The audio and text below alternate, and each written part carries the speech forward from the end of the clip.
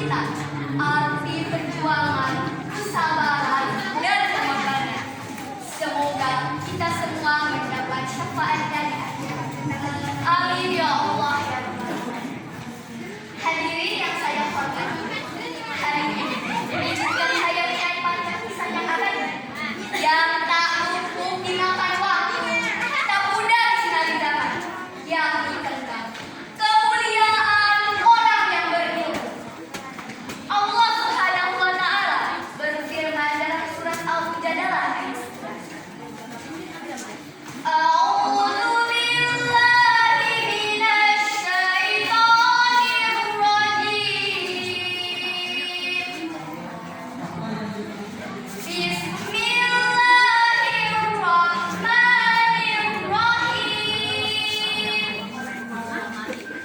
Yarfa'illahul ladzina amanu minkum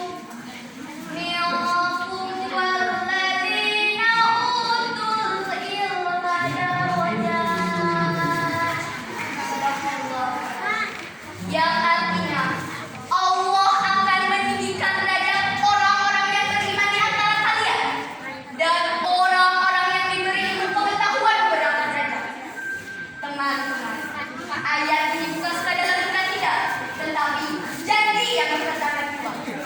Orang yang berilmu dimuliakan oleh Allah. Lihatlah, seorang anak yang rajin belajar, ia disayang guru. Ia dihargai, dihormati, bahkan diteladani. Sementara yang malas, ia tertinggal, bahkan hilang arah dalam hidup. Ali bin Abi Thalib pernah berkata, ilmu lebih mulia daripada harta. Ilmu menjaga dirimu, sedangkan harta justru kamu yang harus menjaganya. Coba kita renungkan, harta bisa habis, pangkat bisa hilang, tapi ilmu, ia akan tetap bersamamu bahkan ketika jasad telah dikuburkan. Contohnya, beberapa banyak orang miskin secara materi, tapi kaya pada ilmunya. Ia dihargai, ia dicari, dihormati, bahkan dikenal.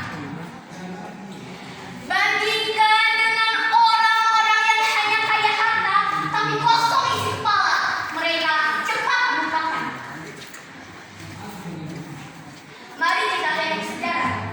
Imam Syafi'i belajar sejak usia 3 tahun. Beliau